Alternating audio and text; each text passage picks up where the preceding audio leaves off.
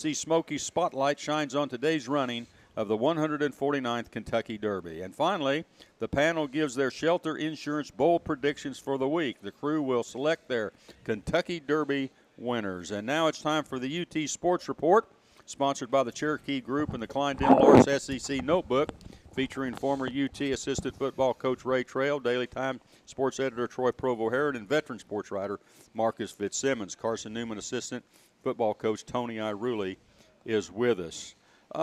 Some news came out yesterday. Oklahoma, Coach Trail, Oklahoma and Texas have taken their final steps toward leaving the Big 12 for the Southeastern Conference, and the schools will now join their new league on July the 1st, 2024. So they will be playing in the Big 12 this year, and then next year they will join the Southeastern Conference and play within the league here.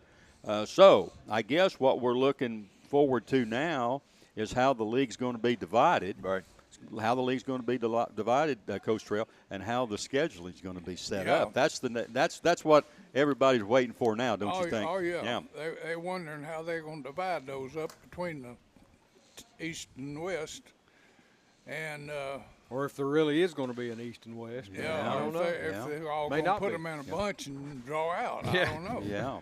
But, I think that's good. I really do.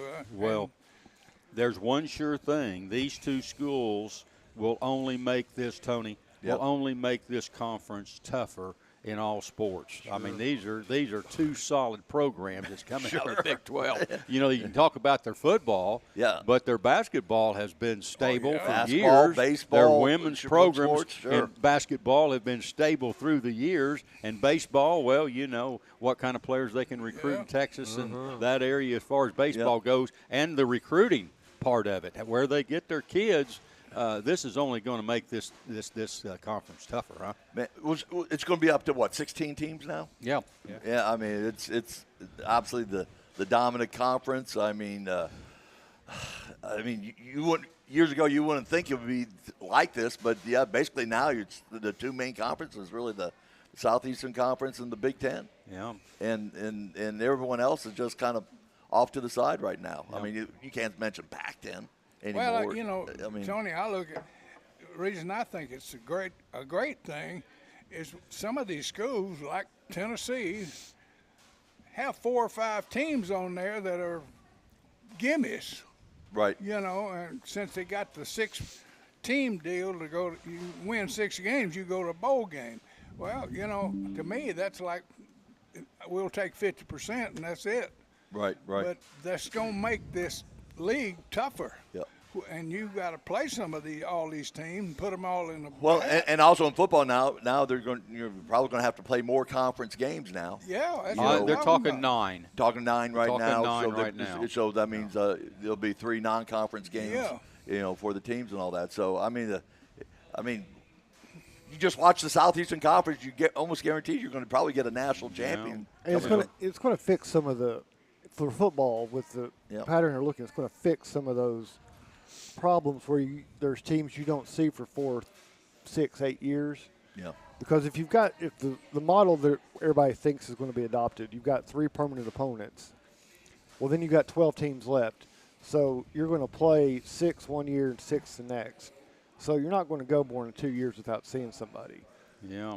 Well, I don't know who, and we're going to talk about Tennessee and how this is going to play out to their advantage, whether to have 2 divisions or just have all team. When we need some discussion on that. But if you look at those 3 opponents, I hope they're not Georgia, Florida, and Alabama. I hope they throw in a Vanderbilt right there. But Florida's become a big rival. Oh yeah. And then Alabama. You've got to think that Alabama's going to remain on there, and then Georgia's become a big rival. Sure. And then if you go back a few years.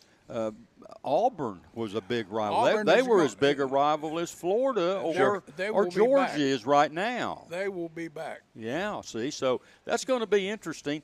Marcus, from a Tennessee standpoint, what do you think they're looking for as far as how this would be divided up or maybe what they're going to be looking at schedule-wise? Well, football-wise, I mean, obviously you're lobbying to keep Vanderbilt as a permanent opponent because of geography. Right. Not that it's just a gimme win and you can have on your SEC schedule. It's an in-state school. I mean, it saves you scheduling Austin Peay because you've got Vanderbilt to. You're there. You're there. Yeah. I think the politics and some of the rivalries are trying to work out because you're going to give up some of these rivalries that have developed in the divisional play, East and West, and you're going to give up some of the ones that they tried to maintain with that.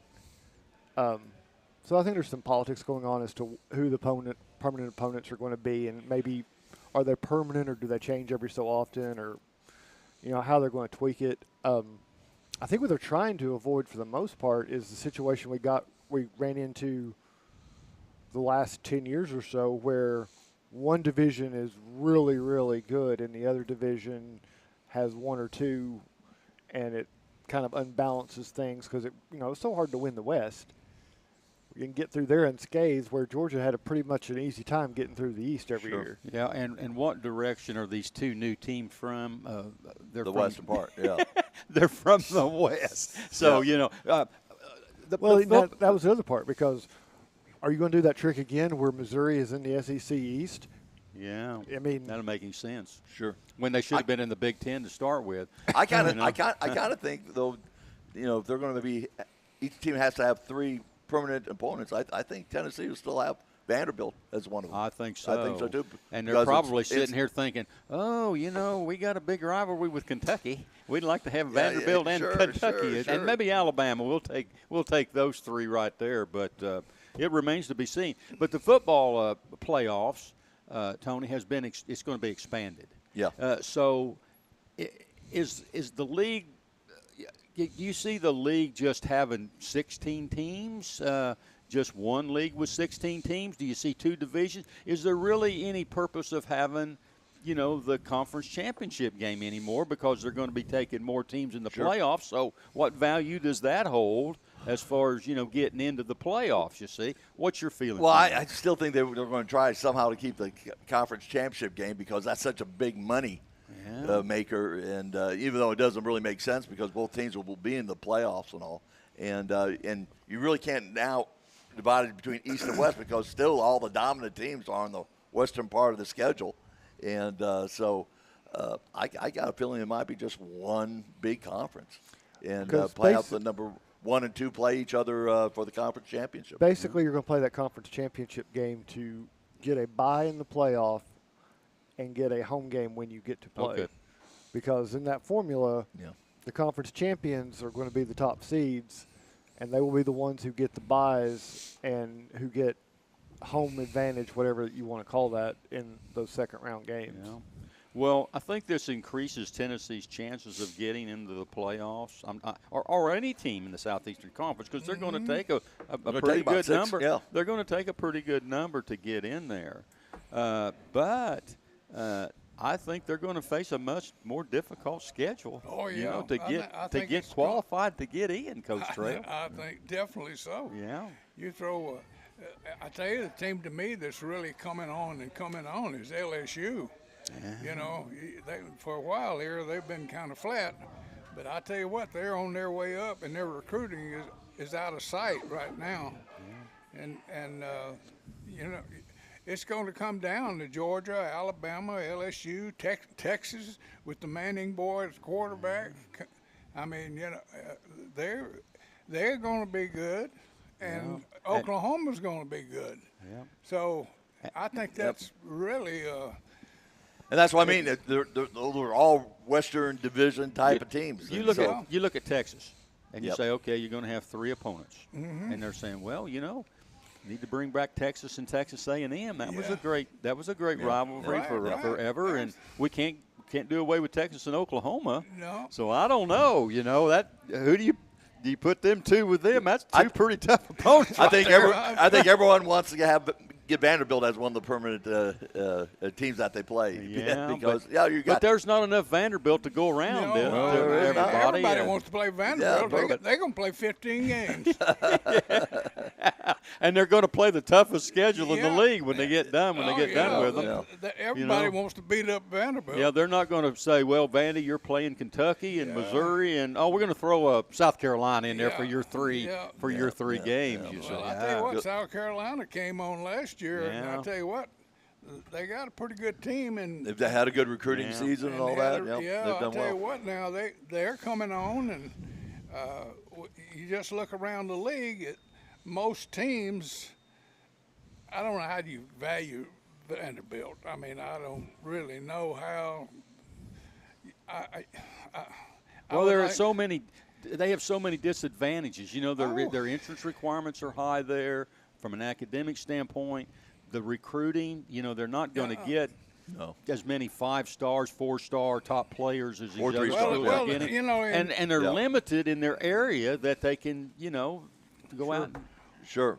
Yeah, I mean, it's you hard to what. get them to be in a Final 3 of a kid's decision making.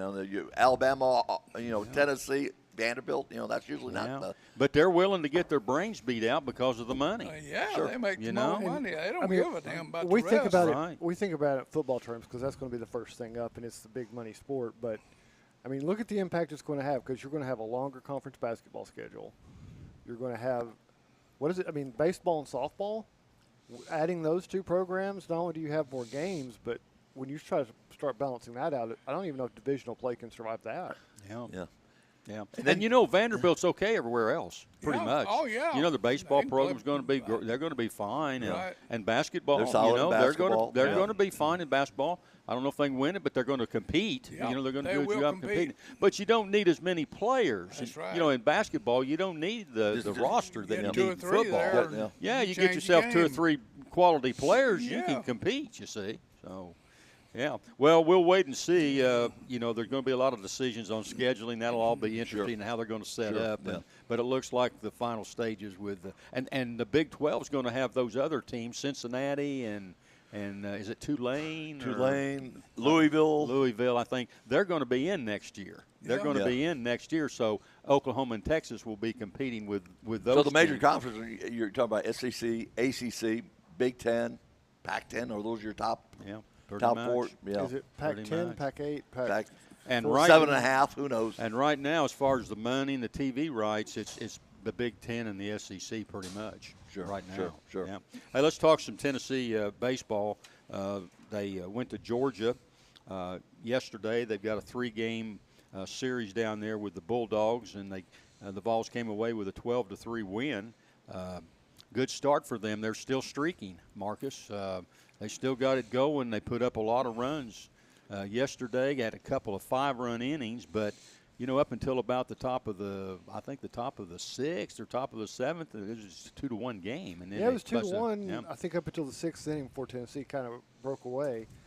But, you know, you look at those standings, and Tennessee's gone 5-10, and where we were just wondering what is wrong. Yeah, 2 weeks ago. Yeah. And now they're 12-10 going into today, and have won 7 conference games in a row, and are clawing their way. You know, they're in a really good position because they're going to finish out the last series of this 3 series of the season are basically the teams in front of them, so they're going to have the chance to win their way On up the standings. into a better seed, Yeah. possibly back into regional hosting. Yeah. I mean, the latest one has them not far out of that. So if they can finish Georgia, How many more games they got? They they've got 2 at Georgia, then they've got a series with Kentucky and a series with South Carolina. Yeah, so they got 8 games left. But it's how they've been winning. I mean, you know, it hasn't been 4-3 ball games. I mean, it's been 17-2. After that Vanderbilt series, I mean, it was they've been like demolishing teams. it's like, hey, we got our confidence back Well, now, and they're we're ready averaging, to roll. I think, 12 runs a game in the last 8 conference Yeah. games. Sure. Well, they got 12 runs yesterday and 14 hits, but on the other side, Georgia got 3 runs and they had 10 hits. But the difference was Georgia, you know, they had people in position to score runs, Yeah. but they didn't get the key hits. Tennessee got the key hits with their. Georgia coming into the game was one of the most efficient defenses in the country. and they had 3 errors last night. I don't think they had 3 errors in April. Yeah. Well, Vanderbilt sits on top of the East. Florida's second. South Carolina is third. And there's, I think South Carolina now has dropped 3 games behind Vanderbilt. Florida's 2 games back. And then Kentucky and Tennessee are right there at 12 and 10 in the league. But I look for Tennessee to move on up because, as Marcus said, they got Kentucky and South Carolina. And Kentucky and South Carolina are beating up on each other this weekend. I mean, there's still a mathematical chance. They're 4 games. They're 5 games behind Vanderbilt. So that's, to come back and win the league is not going to happen. They're looking at probably. You're not going. They're looking at. Second, third, somewhere in that. They're basically trying for a second, a 2 or 3 in the East, just to improve where they start in the conference tournament. And they got to be careful about ties. I would assume the tiebreaker they would go back and look at a series. If they tie with Florida, Florida would probably get the tiebreaker because they won the series over here. See, I'd say that's probably so. Going to South Carolina, it's important to win those series if you're going to get in any tiebreaker type of situations. But according to our resident baseball expert, Charlie Paleo, they got Kentucky at home next weekend for a big series. Kentucky at home, and then they go to South Carolina. If you can win your home series and eke out at least one at South Carolina, and that's going to be a tough series. South Carolina's playing really well, and it's a really good team. That's what I was going to say. Well, I got you on the horn there, Marcus. I'm going to go way back to that first series with Missouri out there, and they lost those 3 games out there to Missouri. And Mark was saying, well, there's a lot of baseball to play. Well, the way it's played out, if Tennessee had won those 3 games at Missouri, which they were favored in all 3 games that they lost, they were. They would have been 15 and 7 right now. 15-7 going into today and fighting for first place in the East. Sitting in the catbird seat. That's how big that series. That series really took us all by shock. But if they don't have that, I'm going to say if they don't have that setback and some of the things that followed, I don't think they get on the tear right now. Yeah. I think that's going to work out for them because Tennessee is playing really well right now, and the pieces are continuing to come into place. That's good going into this part of the year. Yeah. You're getting better every week rather than cooling off. Because remember, we had a cooling trend last year. Yeah. And it was like they never really got that. I mean, they had the swagger, but nobody was as afraid of them as when they were really tearing it up in April last year. And they could continue to go on and really make a deep run in the postseason play and everything. But I'm just looking at Missouri right here, just looking at them.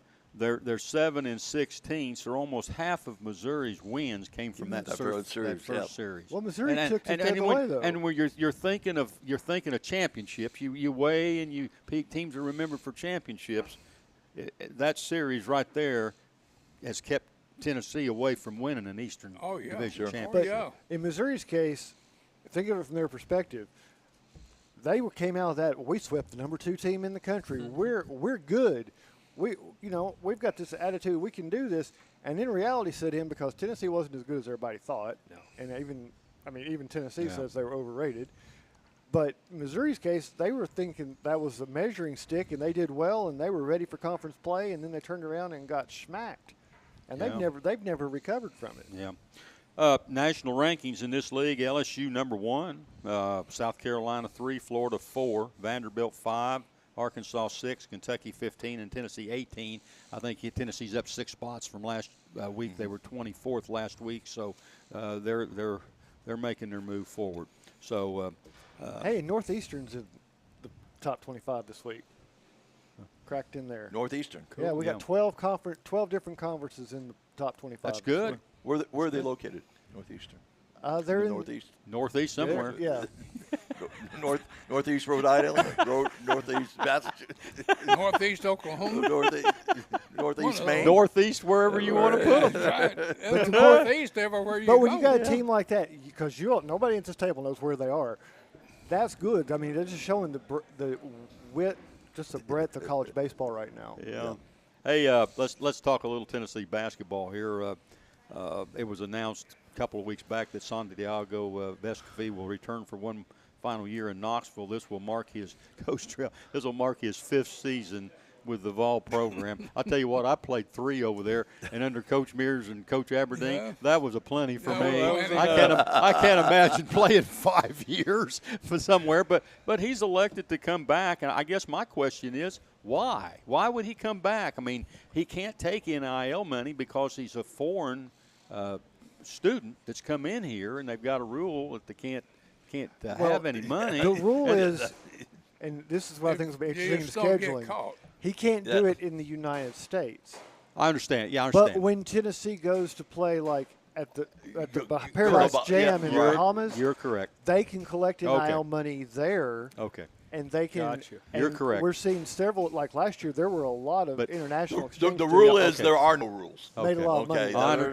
I should have clarified that because I understand that. Well, because the some player up at at Kentucky, advertising in 3 days of photo Sheboy. That's how he got his money last year. They went and played somewhere, and he got the money. But I guess I'm a little bit concerned that he's coming back because he could.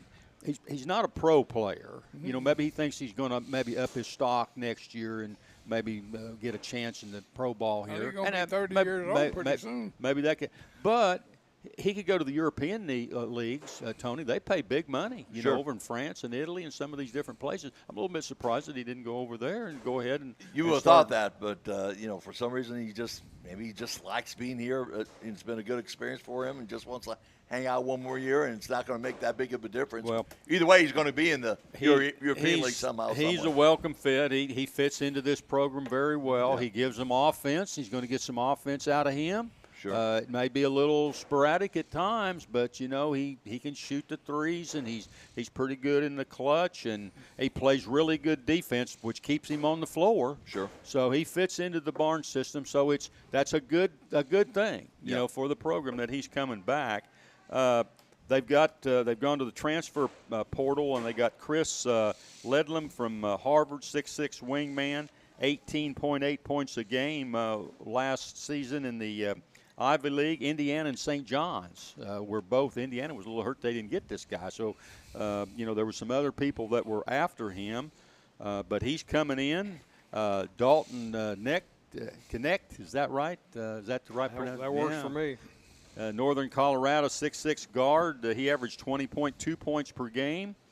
He was second team All-Big Sky. Jordan Gainey, USC Upstate. He's the son of current Vols associate head coach Justin Gainey. He's coming in 6'4", 15.4 points per game last season. So it looks like, Coach Trail, just on paper right there, that they went after some people that could give them some offense. So my question is, if these players don't play defense, is that offense that they're bringing in here going to be any good for this program? I guess that's my question. Can you answer that? I don't. I mean, I'm a guy that whoever throws it in the hoop most is going to win the game. Yeah. And that's – I don't – but why would San Diego come back when they got 3 guys coming in that play the same position? Yeah, well, I'm just – they've had these guys before. Listen, they got Justin Powell. Remember, he came in from Auburn. Yeah. He didn't see the floor because he couldn't play defense. He couldn't meet the standard. Yeah. Key came in from Indiana State. He could have stayed up at Indiana State and finished second on their all-time scoring list behind Larry Bird. Yeah. He was the offensive punch they needed. Well, they made a point guard out of him. Yeah. And, they didn't get the scoring out of him. So I don't know where we're at right here. Somebody help me out. Marcus, help me out on this. Where are we at with these 3 guys coming in here? These 3 offensive guys. Well, maybe we're going to try to get some offense on the floor, but not just defense. I don't know. Barnes is not carved in stone. He can see just what everybody else saw but what happened this year with the no offensive production costing them wins. Well, what he's seen, though, said and done, is he is a defensive specialist. He's always been that way. Yeah, he's not going to change. He ain't going to change. I don't see why they think he is. If these 3 guys has seen any film on UT or had come down here and watched them play, why would you go there? Yeah, that'd be my question.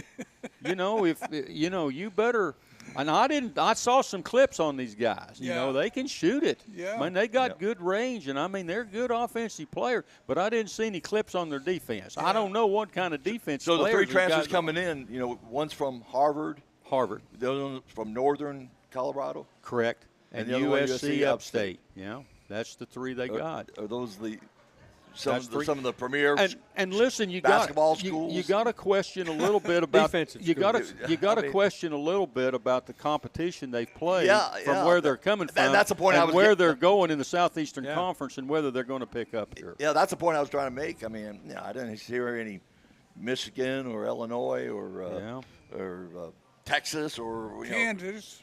Kansas. I didn't hear that from that group of schools. So what about B.J. Edwards? He decided he didn't want to play defense. Yeah, he hit the transfer portal.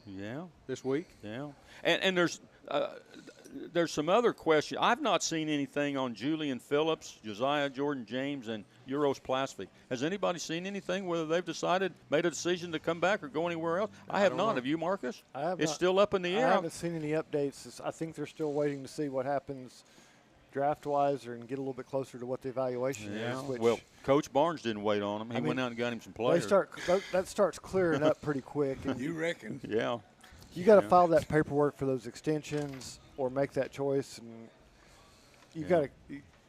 I know guys want to wait till the playoffs are a little bit farther along, and NBA executives are. We start seeing more and more of them able to focus on what they're going to do draft-wise, but. He's got. Listen, we're talking about surprise. He's got a good nucleus. He's got 7 players coming back as play. You know, and it's already in the system, and he's got these 3 guys coming in, and you know, ESPN. I think ESPN and their not too early to rank teams. They've got them inside the top 10. You know, again. So, you know, I don't know. You know, coaches find pieces that they need. Maybe these 3 guys are the pieces that he needed. And, you know, he's waiting on to see what these other 3 guys are going to do. Going to find out pretty early next year what they're made of. And maybe they're looking – I think depth-wise, if there was one thing we saw, they overplayed their point guard. He had too many minutes on the floor for a freshman, sophomore being out there. He was logging too many minutes a game, and that contributed to wearing down and getting an injury. So there's some depth factor there. Vescovy being back – he can play point, so you can move him over and you can bring some of these other guys into that spot. Yep. And you can work in some of the guys that are on that bench when you've got that kind of flexibility Vescovy brings to you. You know, and with this roster, and this is one thing I really like about Coach Barnes, he plays those heavyweight teams early. You know, I mean, he plays top teams early, and I'm telling you right now, we're going to find out soon what this team's made of. They're playing the Maui Classic next year. These are in Hawaii. These are the teams, and that's one of the top classics in Gonzaga, Kansas, Marquette, Purdue, Syracuse, UCLA, and Chaminade, and us. Hey, you find me a tournament anywhere in the country that's better than that deal right there going into next year. Yep. I'd like to see it. That's a lineup. Yes, sir. You'll find out real quick. Yes, sir. And that's what I like about him. You know, and if he can beat those teams, he can ride that deal a long way, you know, as far as getting into the tournament and the seeding in the tournament and everything, and get it done early. He has his basketball team ready and playing well early, better than anybody that I've seen in the country here lately. Time for a break, Donnie? Yes, sir. All right. Hey, it's time to turn the page. And next up is the local scoreboard hosted by Blount County Sports Hall of Famer Donnie Moore and Mark It Down featuring Marcus Fitzsimmons. You're listening to the Goatee Sports page, and now stay tuned for the best in local sports. Hit a grand slam with Knoxville TVA Employees Credit Union to win big on savings. On first, member-managed funds account. On second, free spend account. On third, certificate accounts with competitive savings rates. Load your bases at tvacreditunion.com. Join us now. Federally insured by NCUA. Must use e-statements for no fee option. Some restrictions may apply. Ask for details. Since 1925, Anderson Lumber in Alcoa has proudly served and supported our local communities. But did you know Anderson Lumber is so much more than a lumber store? You can stop in anytime and see our incredible kitchen showroom. From floors to cabinets and everything in between, Anderson Lumber's experts can help you design your dream kitchen. And then our install team will make it a reality. For anything home, we welcome you to visit Anderson Lumber in Alcoa or shop over 67,000 items online at AndersonLumberCompany.com. Anderson Lumber, since 1925. Aubrey's is known for real comfort, real food, real good. But remember, Aubrey's is also really into Blount County. Aubrey's Maryville has been a strong supporter of local schools and sports programs for more than 15 years. From baseball to football, dance teams, and marching bands, Aubrey's has helped schools and youth programs generate thousands of dollars. It's easy for us to do because it's the right thing to do. So the next time you're looking to choose a place to eat, we hope you'll choose Aubrey's. Real comfort, real food, real good. See what's on the menu at aubreysrestaurants.com. Merlin's Music World in Maryville is owned and operated by Dylan Davis and has been a fixture in Maryville since 1987. Guitars, amplifiers, lessons, sound system, and video system installations are products available at Merlin's. Merlin's also offers a 24-track digital recording studio featuring audio engineer Rusty Chambers. Visit Merlin's at 1920 East Lamar Alexander Parkway or call 977-0093.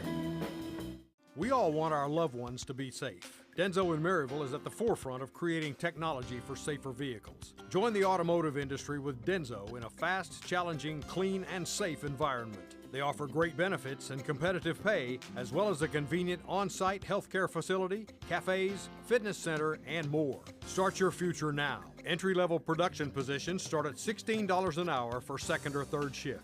Visit densocareers.com/Maryville to learn more and apply.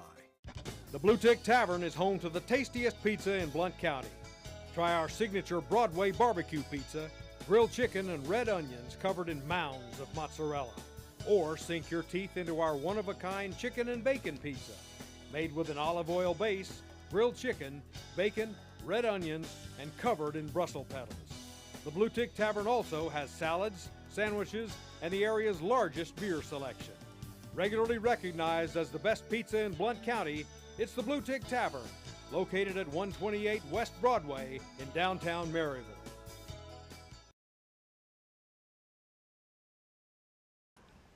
Welcome back to the Bluetick Tavern in downtown Maryville. This is Mike Edwards along with the rest of our broadcast crew, and now it's time for the local scoreboard, sponsored by Mandy B. Street Realty, brought to you by Donnie Moore. Donnie Moore, let's talk a little bit, I guess, before we get started here about the Goatee Sports Page Awards. Good time to do deal that they're going to have May the 17th at the Clayton Center. I call it the Academy Awards for Blount County Sports because I think that's what it is.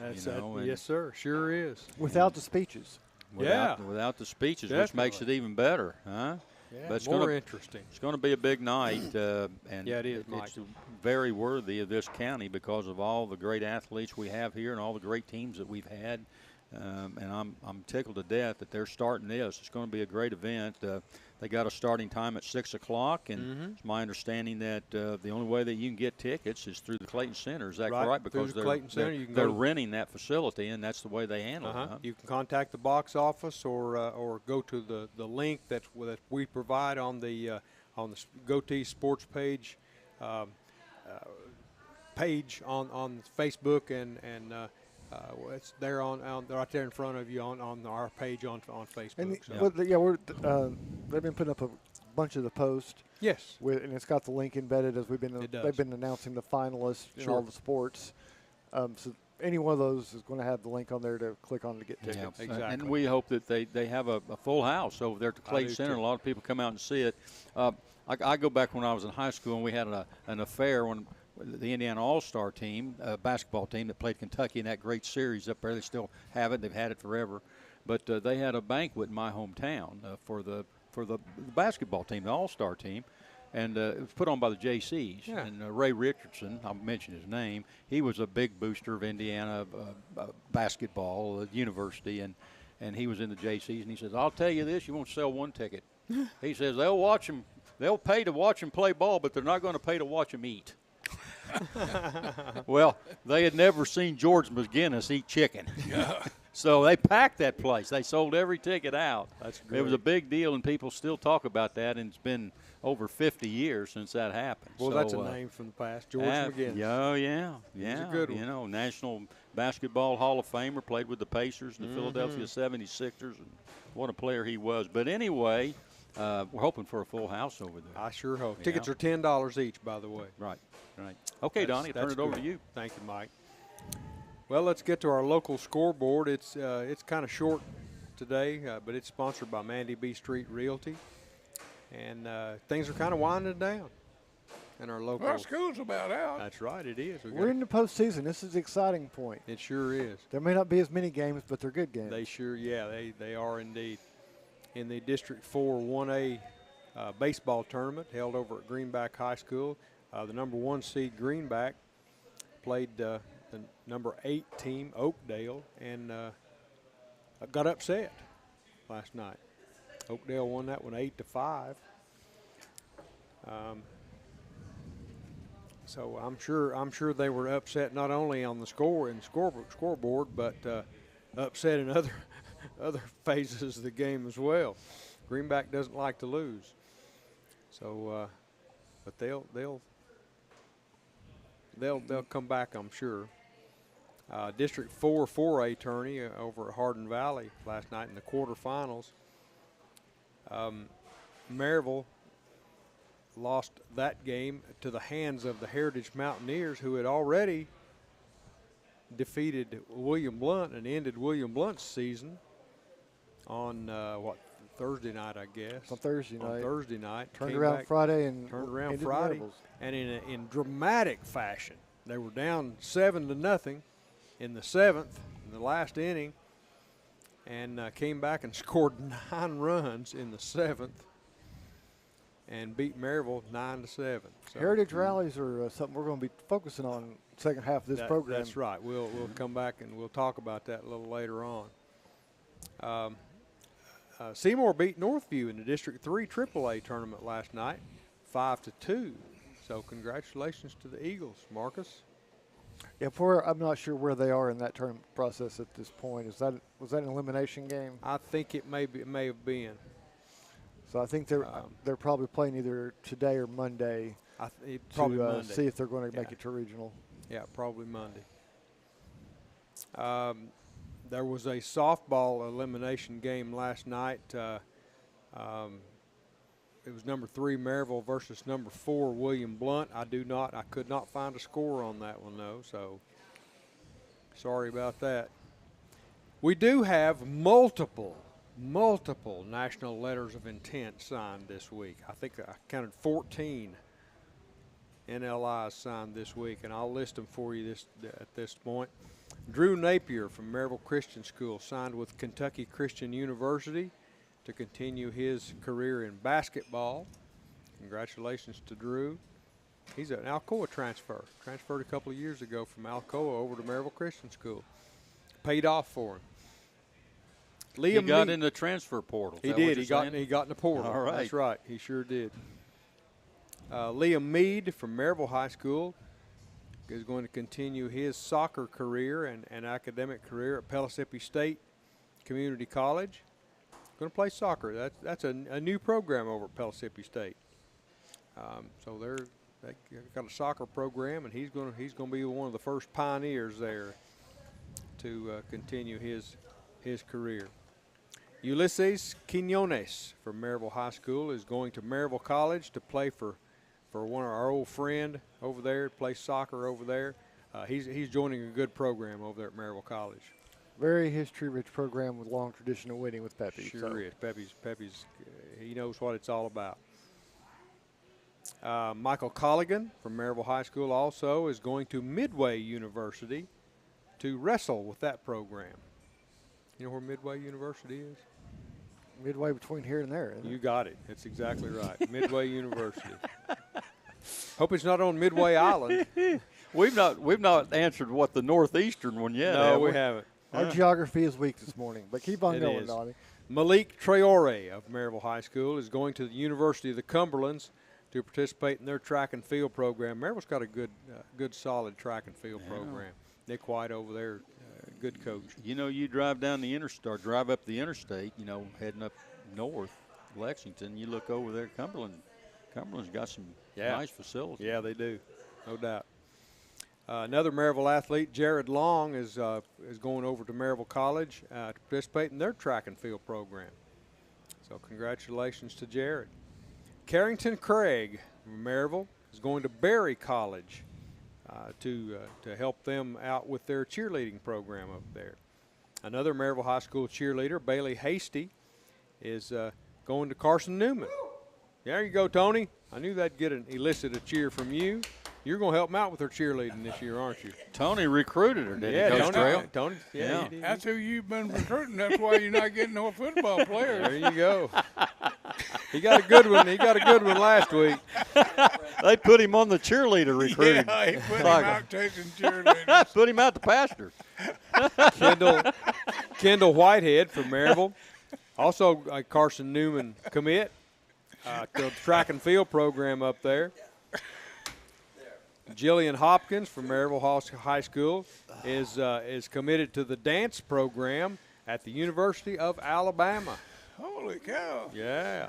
What dance Division program? I I don't believe I've ever seen a dance program down there. Yeah, you're about to.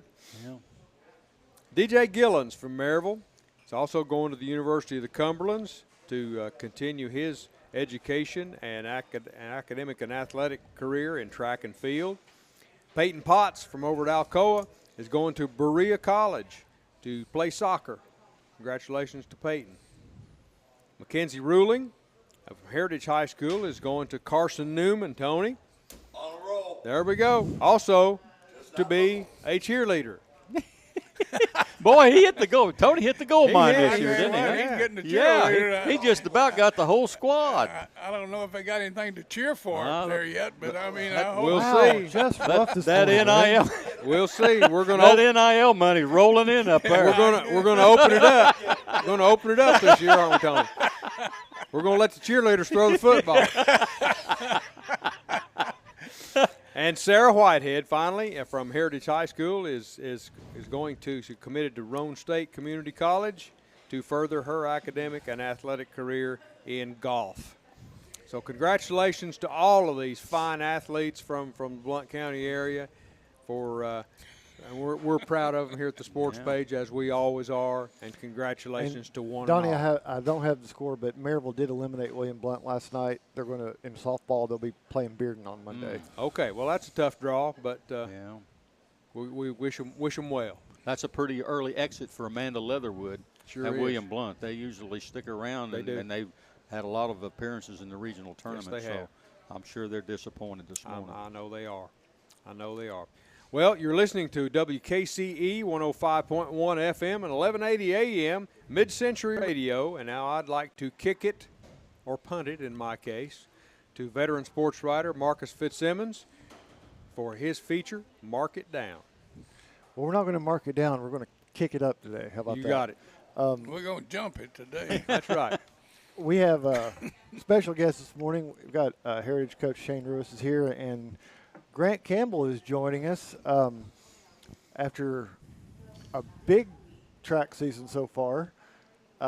If you haven't seen the multiple reports that are out there on social media and on television and in the paper the last few weeks. Where you been if you haven't seen them, huh? New state record belongs at Heritage to Grant in the high jump.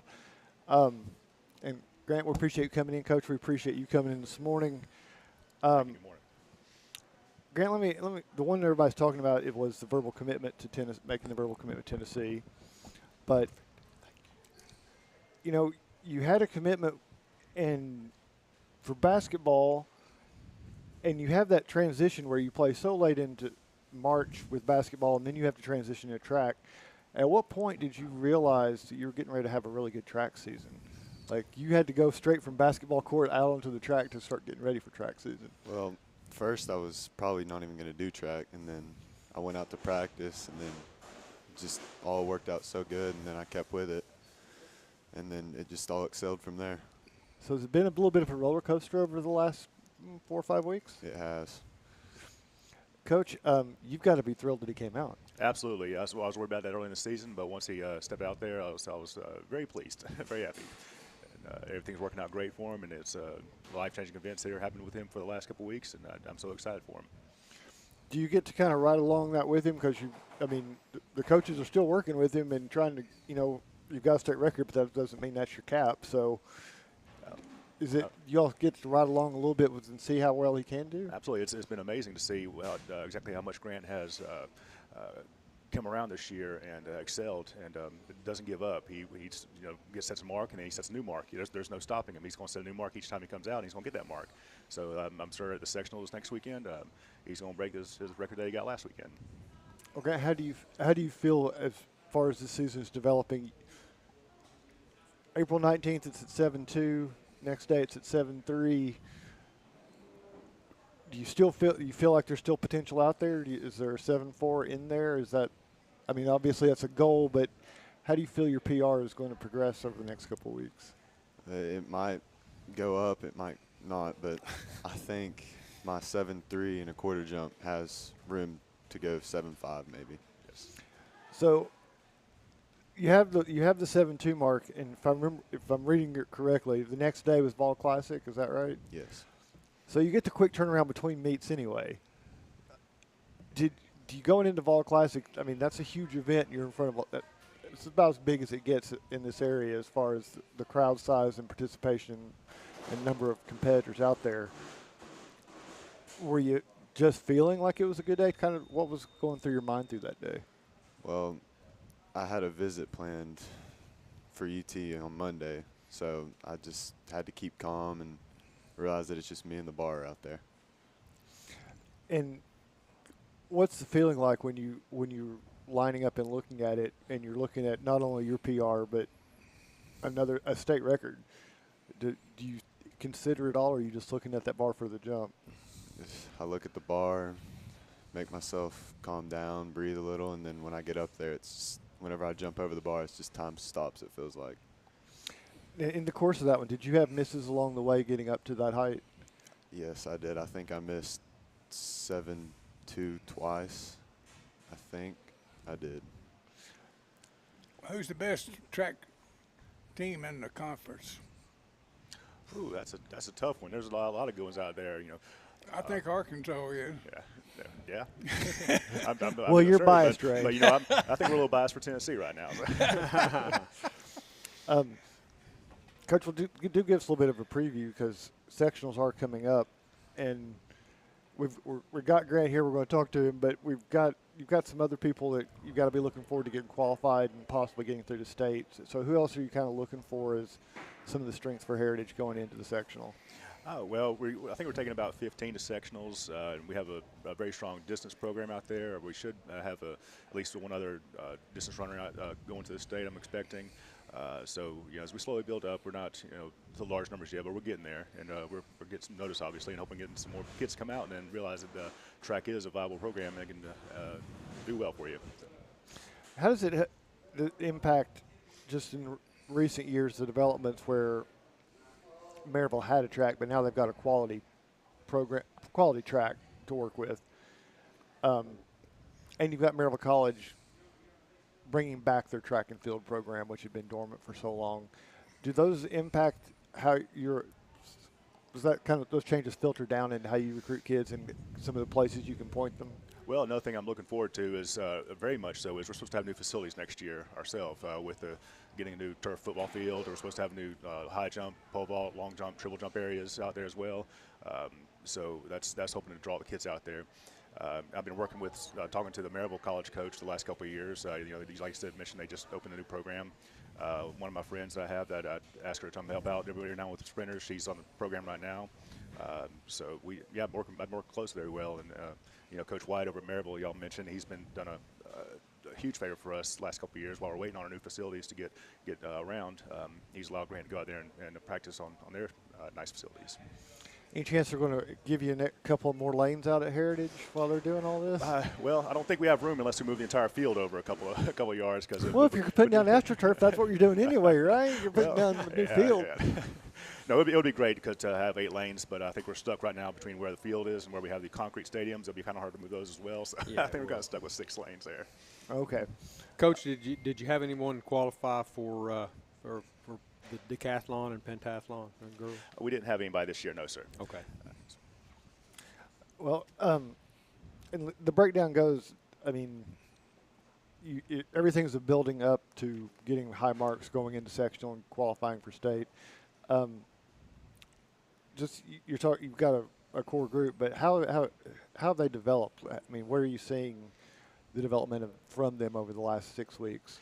I'm glad you brought that up because, I was coaching at Heritage for years. I took a few years off from coaching out there and then came back last year. And after picking up all those kids and realizing who I've got, and then starting this year, it has been awesome to see that we're picked up this year where we left off last year instead of having to start all over again. And we have had so many school records, PRs from week to week. I mean, I'm just talking about one PR and it's done. They get a PR. The next week they come out and get a PR. Same thing with Grant. I mean, this has happened with multiple kids, multiple events all season long, from sprinting all the way up to jumping and, like I said, with Dustin's program, throwing. So we've had a great year. Do you see a difference of whether or not they've have that morning exercise class with a certain, shall we say, shiny-headed training coach with a reputation?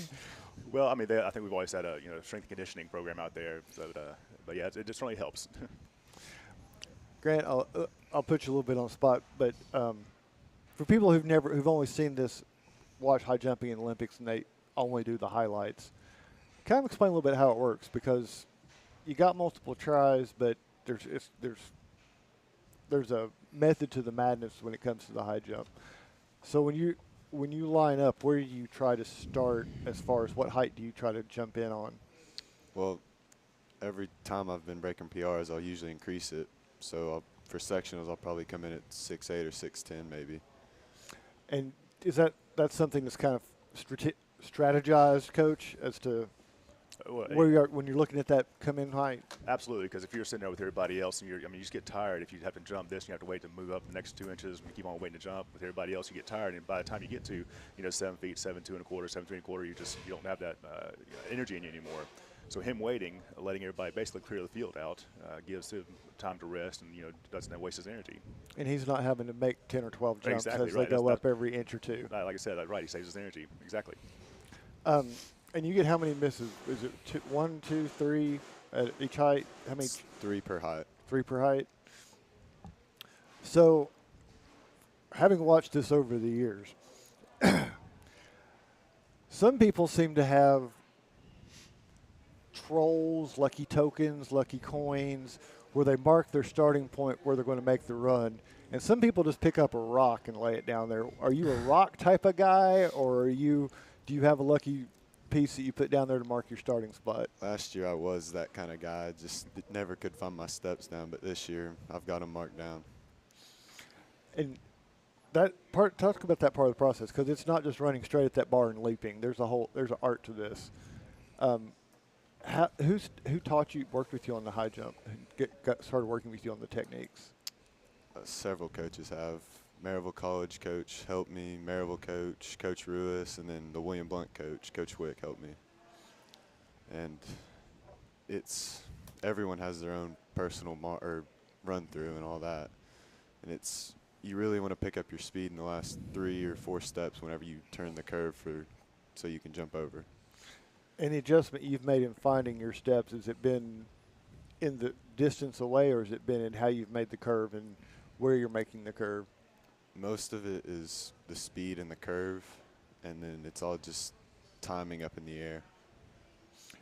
And I can guess when you walked out there, Coach wanted to say you want to try the high jump, but what made you come out and want to try it in the first place? Sophomore year, a bunch of friends made me come out, and they're like, you should try this, because they all had fun, and then they pulled me in, and I just started having fun with it. So, Coach, how does this work as far as, I remember back in the day, if it was that kind of day where we were going to get the pit out, coaches weren't going to be lifting those mats and moving them out of the storage and getting them out every day. That was something that the athletes had to do. Is that how it still works? I use that in early season as a workout for my throwers. So yeah, they pull it out, and then we leave it out all the time, so we just have to cover them because the rain's coming up. So y'all don't have to put the mats back away in storage every night? We just have a cover that we put on, cover it for the weather if we need to. So I tell you, no wonder they're just getting soft. I tell you, soft. Sound like Ray on here. Right. And a little bit about facility-wise, about what you got coming up. You were talking about the areas that are being done. What exactly are they going to be doing out at Heritage? Are they taking the old ones out and putting brand new ones in, or are they renovating what's the existing? From my understanding, when I was everything I was working with, everything inside the fence basically. Where they have the football field, we're going to have in one end zone area, we'll have high jump pole vault area, and the other end zone we'll have the long jump, triple jump runways. So yes, it'll be all new facilities. We've already moved our shot put and disc ring up on a practice field, football field behind the stadium. So we got all that taken care of. Just ready for everything to get done this summer, hopefully. And will that come with new equipment? Will there be new setups, new pads? I've been trying to get some stuff over the last couple of years and been working with it, knowing that we're going to have be able to start hosting meets again out here with these facilities. And so I've been working on that, and hopefully we will be able to get some more equipment coming out pretty soon. So, Grant, you set a state record on the old stuff, and they're going to get all new stuff when you're gone. How does that make you feel that they're going to be giving the other guys are going to get brand new stuff next year? A little jealous about it. Well, I think he's going to have pretty nice facilities to work with himself next year. So, and that's true. And I guess that's the one. Talk a little bit about making the decision to switch from college basketball to college track and changing where you were going. That's got to have been a interesting couple of weeks to make that decision and come out with it and announce it. How did that go for you as far as what attracted you to make that change? Well, when I jumped 7'2", I decided to push my signing back for basketball just to see where track would go. And then I finally realized that maybe track has more benefits for me in college. So then I made the call to my college coach for basketball, and it was pretty emotional. And then he understood everything about it and just told me, do it. Makes me happy. And so now you've got a verbal commit to Tennessee. I'm guessing you're looking forward to that possibility in your future. I am. Well, Grant, congratulations again. We're going to hold out our fingers and cross them for you. See if you can't get to the state record. Can always go up. It can. So absolutely. We'll wish you the best of luck for that, and Coach, best of luck sectionals and state for Heritage. Thank you, sir. And appreciate you both coming in this morning. But, Mike, I guess we'll go ahead and turn the page. Coach Trail, this fine young man's going to UT, and when we was over there, boy, they had a track program, didn't they? Chuck Rowe. I mean to tell you, they had it going. Chuck Rowe, I tell you what, I was kidding there about, we were like Arkansas is now. Oh, wow. I mean, I guess Chuck won it 8 or 9 times, I guess, in a row. Yeah. He had high jumpers. He really majored in. And the thing is, he was a great recruiter for us, and we had a lot of the track guys played football. Yeah. You don't see that anymore. No. Richmond Flowers and guys. He was a high hurdler, and we had Carl Kremser was a high jumper. It was a football. He kicked football too, and we had a great integration of our sports programs.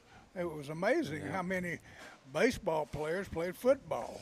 Absolutely. And stuff like that. And I don't think they take advantage of that anymore. It helps in all sports. And Bill, they major in one thing, and that's all they do. And Bill Skinner. Huh? Bill Skinner, big Bill guy, Skinner. javelin thrower, Yeah. Olympic javelin thrower. Yeah. And he was Coach Mears' bodyguard. You know, when he went down to Vanderbilt, the Yeah. basketball coach, Yeah. Mears would walk around the court, and Bill Skinner would walk by so nobody would harm him. He's about So- 6'8", Yeah. and weighed about 250. but, he was a big dude, but he was a javelin thrower. But it was really amazing then how the track and football and all were together. Yes, sir. I mean, it was just it was really great. I mean, we had guys that played defensive back that run on 440. Yeah, Richmond Flowers, relay, Richmond Flowers. and all those guys. Willie Galt. Willie Galt.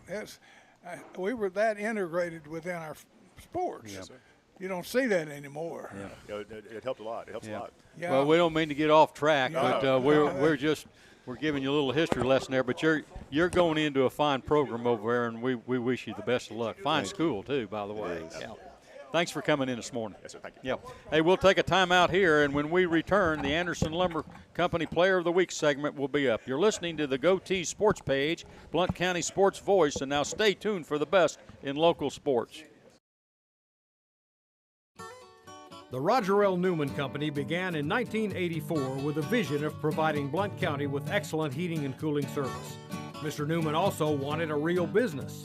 No gimmicks and no high-pressure sales. They just fix it or replace it. They want to stay within your budget and make you comfortable. Their motto still stands true today. Call us first, we'll be there. Call Roger L. Newman Company at 982-5446 or visit online at rogerlnewman.com. Cooler temperatures are approaching. Upgrade your furnace now for as little as $50 a month. Your newspaper? That's right. The Daily Times is your newspaper, tailored to where you live, emphasizing the things that affect you and keeping track of the people and players in our community. The award-winning Daily Times can be delivered each morning right to your door or inbox with the latest in local news and sports. For a 30-day free trial offer, call 981-1100 and begin enjoying your life, your times, every day with the Daily Times. Dunkin' has what you need to conquer the day. So if you want to go from, I don't got this, to, I got this, well, then get this. A bold, smooth espresso drink from Dunkin'. Like a layered velvety caramel macchiato, a rich chocolatey mocha latte, or a creamy non-dairy oat milk latte. Because this day isn't going to conquer itself. No, you're going to do that. Take a sip of You Got This with Dunkin' Espresso drinks. Order ahead on the app, plus earn rewards. America runs on Dunkin'. Price and participation may vary. For over 50 years and 3 generations, the people of Blount County have trusted Stevenson Tire with their vehicles and their families. Our mission has always been simple: to provide quality products at reasonable prices with exceptional customer service. Featuring tire products from Michelin, BF Goodrich, Uniroyal, Bridgestone, Firestone, and Yokohama, Stevenson Tire also offers alignment and brake services at affordable prices. Stevenson Tire Company, 2411 East Broadway Avenue in Maryville. Call 983-1621 or online at stevensontire.net. Waters Equipment is your East Tennessee New Holland agriculture and construction dealer. Waters Equipment has been serving Blount County for 48 years and has 2 locations in Maryville for sales and service for New Holland equipment. Offering shop and field service for trucks and equipment of all brands, Waters offers equipment rentals for New Holland skid steer, Mini X, and tractors. Call 238-9000 for your rental needs. That's 238-9000. Waters Equipment New Holland. Excellence in service. Since 1925, Anderson Lumber in Alcoa has proudly served and supported our local communities. But did you know Anderson Lumber is so much more than a lumber store? You can stop in anytime and see our incredible kitchen showroom. From floors to cabinets and everything in between, Anderson Lumber's experts can help you design your dream kitchen. And then our install team will make it a reality. For anything home, we welcome you to visit Anderson Lumber in Alcoa or shop over 67,000 items online at AndersonLumberCompany.com. Anderson Lumber, since 1925.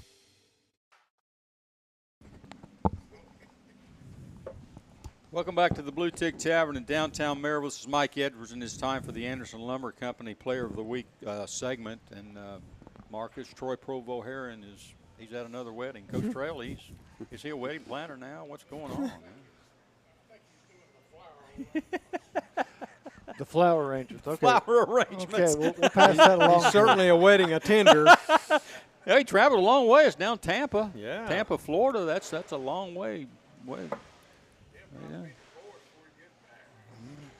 Well, he's not getting married. It's his sister. Sister's getting married. Yeah. His sister. Sister. But when Troy gets married, he's going to know what kind of wedding to plan, because he's been professional. I think this is his 15th wedding, and they all happen on a Saturday. You ever notice that? Yeah. Marcus, it's all yours. This is. I wondered where we were going with this. This is Heritage Homecoming Week.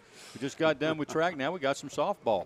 It's all Well, yours. it's been a busy spring at Heritage, and we're trying to get all of that in there because we just had Grant Campbell talking about state record, but Heritage softball also having a great spring in the postseason now, and Donnie was touching on that a little while ago in the scoreboard. So Coach Sherman is going to join us this morning, and he's brought Caitlin Russell and Ella Wheeland. Coach, you got the weekend off, but it's a big Monday. It's a huge Monday. Always big when you play Farragut in the tournament. Sure is. Been an interesting tournament run for you guys. Talk a little bit about the ups and downs of this one. Well, you know, we've only played one so far in the tournament, but faced off with Maryville, 3 seed, on whatever night that was. I think it was Thursday, but it seems like it's been a week. It seemed like it's been a week ago. And, you know, they jumped on us pretty good. We knew they'd be ready. And Maryville's had a up-and-down season, but they played a lot of close games, and we discussed all of that. And then we got behind pretty big and then made a comeback. Just kind of seems to be what we do in the postseason. I don't know. But it was fun night. Kind of, if you didn't see the story, didn't read about it in the paper, came back for the 9-8 win. You get advanced to play Farragut on Monday in the winners bracket there. And after last season, you teased to it, but there were some pretty big comebacks last season in the district tournament to get to regional. And I'll put it to the players, having seen that and done that, knowing this team could do that, was there a point on Thursday night that came into your mind that, hey, we can do this again? I knew it was going to happen. Knew it could happen. Yeah. As soon as we found out where he was calling strikes out in his strike zone, we were more disciplined and found our way in the batting order and just found a way on base. Now, I'm just going back and look. You've got a big inning in the fourth to load the bases. And, Coach, I'm going to ask you about these bases loaded, and you have 2 batters that have the patience to walk runs in. Right. That takes in that situation, that takes a lot of restraint and a very good eye.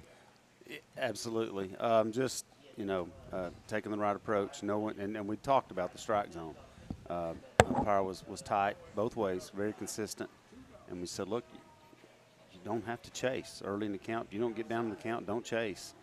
Wait for something you can hit, and they did. Good at bats, both of those girls, and got 2 runs in. It's a little bit to the discipline you've got in going with the team, because everybody wants to swing to be the hero. Oh yeah. To sit there and take the ball, I mean that run counts just as much as if you'd singled. So Exactly. You closed the gap a little bit there. I believe it got it back to 7-4, 7-5. 5th inning goes fast. 6th inning, interesting way to tie the game. The interesting play with the being the throw in on the. I guess it would have been a fielder's choice. Right. Yeah. Ground ball to first base. Then tried to get Izzy was running from third. Had bases loaded. Tried to throw her out, and she. You know, we've actually worked on base running since last season on getting. Of course, on that situation you have to go, but as soon as she saw it in play, she took off. Of course, she's good speed, so just she made a good read. Got the run. So game tied up. You got some runners on, and I believe Ella's the one who delivers the clutch single. Yep. Ella, talk a little bit about that at bat. Well, no pressure at all on you there in that situation. No, I mean, I've been through that situation before, and I just knew it was a crucial time, so had to put it in play. What were in the at bat? What were you seeing? Were you seeing the pitches you were expecting at that point? Yeah, she had thrown me outside all night, and I knew it was coming. So was that the second or third at bat for you in the game at that point? That was the 4th at bat. 4th at bat. Mm-hmm. So at that point, you had a pretty good feel. Yeah. Then that turns out, but that puts coach. You got the lead. That puts the pressure on you guys. Now you got the lead. Now you got to hold it. Yeah, exactly. Yeah, we talked before we went out. I said, look, you've worked too hard to come back and take this lead, and let's not blow it right here. Let's shut it down. And as a coach, is that when you're the most nervous, if you've got that big rally and you get there and you're like, We still got an inning to go. No, yeah, because you expend all your energy to get there, and then you don't want to let it slip away from you. But I had confidence, and our defense played. We may have had a couple errors, but we played lights out, made some plays that needed to be made, and then of course we had Caitlin in the circle. Felt like she was going to do a good job and get outs. And they had two hard hit balls. One was a hit, one was a sac fly. The other ball just bled through. Shouldn't have been a hit, but it was. So, Caitlin, talk about what it's like. You've got the situation in district tournament. You've got something to work with. What are you seeing when you get there and you're like, okay, my strike zone's about 6 inches wide? Well, I definitely had to adjust a lot more. Especially, I had those 2 other innings behind me, and we were getting closer to the bottom of the lineup, but started at the top, about the 5th batter, knowing that they're probably going to come out swinging. They have been all game. And they were very disciplined, too, after they found out he had a small strike zone. But I just really wanted to go at the batters and at least get, like, small hits so we can throw them out at first and just get outs. So when you're working that situation, it doesn't change your general approach, but it also can give you some different opportunities as far as what's going to be a ball and what's going to be a strike, and working to get a swing at something they're not going to hit. Yeah. Is that something you all had to just talk about and adjust as you saw inning after inning what it was going on? Yeah, after Izzy would come in the dugout after innings, she would tell us where he was calling it, what she was not giving. And I was in the field. I didn't get to see much from third where he's calling, but Izzy gave us a lot of information while she was pitching. So, got to ask you guys both this. You split with Farragut during the season. You get them on Monday. Anxious about Monday night? Maybe a little. A little bit. But I know we can do it, though. Yeah, we have a lot of confidence, especially coming out of that Maryville game, to go out there and just want to beat them so bad. Coach, you got to feel good. The players are excited. They're confident. They obviously beating Farragut this year. They know it can be done, we know Farragut's good, but we've talked about it. We're good too. It's time to accept that fact. We're good. We're not the underdog always anymore. It's time to accept the fact that we've got a good program. We've got good players. Just really proud of them for what they've done, and thankful for the effort they put in. Thankful to their parents for trusting us and getting in the games, getting them to practice, having what they need, and all the other people. Thankful for my wife. I mean, she traveled with us to Florida at spring break, and she's. I basically live out of my truck during the season. It seems like that, and so she doesn't see me a whole lot, and I appreciate her for her support for us and for the team. She loves these girls too.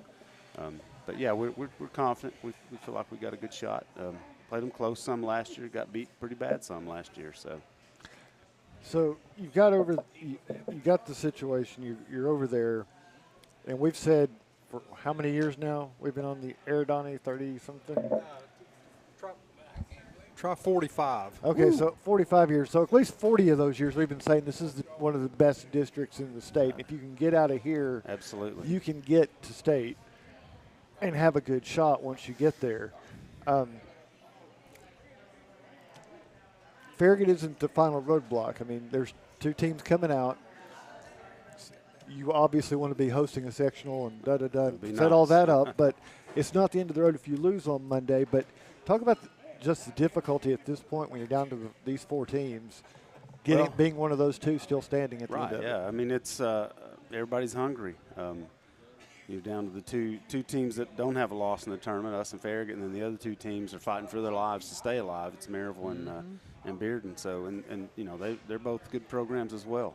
Like you said, it's a tough district top to bottom. We played the 6 seed twice this year, and a 2-run game and a 1-run game. So that shows you the even though their record didn't show it, had a good softball team in Hardin Valley also. A lot of parity in this district. Absolutely. So, and I'm just going to say, I had not realized it until I looked again, because it's been about a month or so since we've talked to you. 20-win season already. Yeah. That's impressive with sure is. How quick the softball season goes at the high school ranks. Flies by. To get 20 4 wins. 5 games a week, yeah.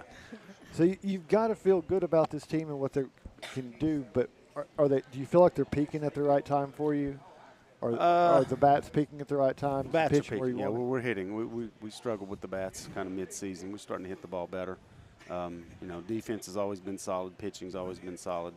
So get all three phases working. We're tough out. So, well, here we've had a change up on the show this year. We're going deeper into our summer than normal. Okay. So here's the challenge we're laying down to people: is if you make it to the state tournament, we have shows after the state tournament. We can have you come back. So our plan is for a bunch of teams to make it to state and be able to come back and talk about spring fling with us afterwards. I think we'd love that. So we'll give you that challenge and extra incentive to get there and get a chance to come back and talk to us on another Saturday morning. But we appreciate you coming in this one and wish you the best of luck on Monday, and best of luck for the postseason run, guys. All right, thank you. Go Lady Mountaineers.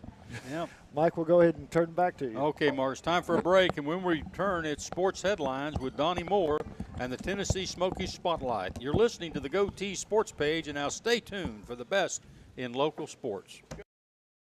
We all want our loved ones to be safe. Denso in Maryville is at the forefront of creating technology for safer vehicles. Join the automotive industry with Denso in a fast, challenging, clean, and safe environment. They offer great benefits and competitive pay, as well as a convenient on-site healthcare facility, cafes, fitness center, and more. Start your future now. Entry-level production positions start at $16 an hour for second or third shift. Visit densocareers.com/Maryville to learn more and apply. Merlin's Music World in Maryville is owned and operated by Dylan Davis and has been a fixture in Maryville since 1987. Guitars, amplifiers, lessons, sound system and video system installations are products available at Merlin's. Merlin's also offers a 24-track digital recording studio featuring audio engineer Rusty Chambers. Visit Merlin's at 1920 East Lamar Alexander Parkway or call 977-0093. Hit a grand slam with Knoxville TVA Employees Credit Union to win big on savings. On first, member managed funds account. On second, free spend account. On third, certificate accounts with competitive savings rates. Load your bases at tvacreditunion.com. Join us now. Federally insured by NCUA. Must use e-statements for no fee option. Some restrictions may apply. Ask for details. The Bluetick Tavern is home to the tastiest pizza in Blount County. Try our signature Broadway barbecue pizza, grilled chicken and red onions covered in mounds of mozzarella. Or sink your teeth into our one-of-a-kind chicken and bacon pizza, made with an olive oil base, grilled chicken, bacon, red onions, and covered in Brussels petals. The Bluetick Tavern also has salads, sandwiches, and the area's largest beer selection. Regularly recognized as the best pizza in Blount County, it's the Bluetick Tavern, located at 128 West Broadway in downtown Maryville. Waters Equipment is your East Tennessee New Holland agriculture and construction dealer. Waters Equipment has been serving Blount County for 48 years and has 2 locations in Maryville for sales and service for New Holland equipment. Offering shop and field service for trucks and equipment of all brands, Waters offers equipment rentals for New Holland skid steer, Mini X, and tractors. Call 238-9000 for your rental needs. That's 238-9000. Waters Equipment New Holland. Excellence in service. For over Aubrey's is known for real comfort, real food, real good. But remember, Aubrey's is also really into Blount County. Aubrey's Maryville has been a strong supporter of local schools and sports programs for more than 15 years. From baseball to football, dance teams, and marching bands, Aubrey's has helped schools and youth programs generate thousands of dollars. It's easy for us to do because it's the right thing to do. So the next time you're looking to choose a place to eat, we hope you'll choose Aubrey's. Real comfort, real food, real good. See what's on the menu at aubreysrestaurants.com. We all want our